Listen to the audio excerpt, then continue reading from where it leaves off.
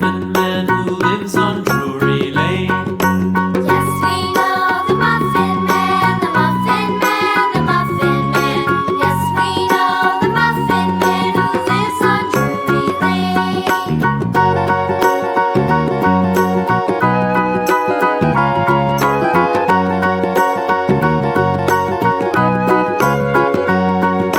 Do you know the Muffin Man, the Muffin Man, the Muffin Man? Do you know the Muffin Man who lives on Drury Lane?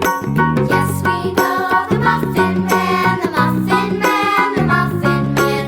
Yes, we know the Muffin Man who lives on Drury Lane.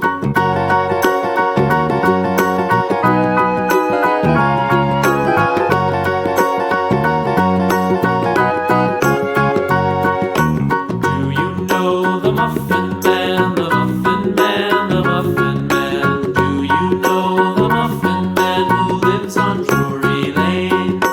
Yes, we know the Muffin Man, the Muffin Man, the Muffin Man. Yes, we know the Muffin Man who lives on Drury Lane.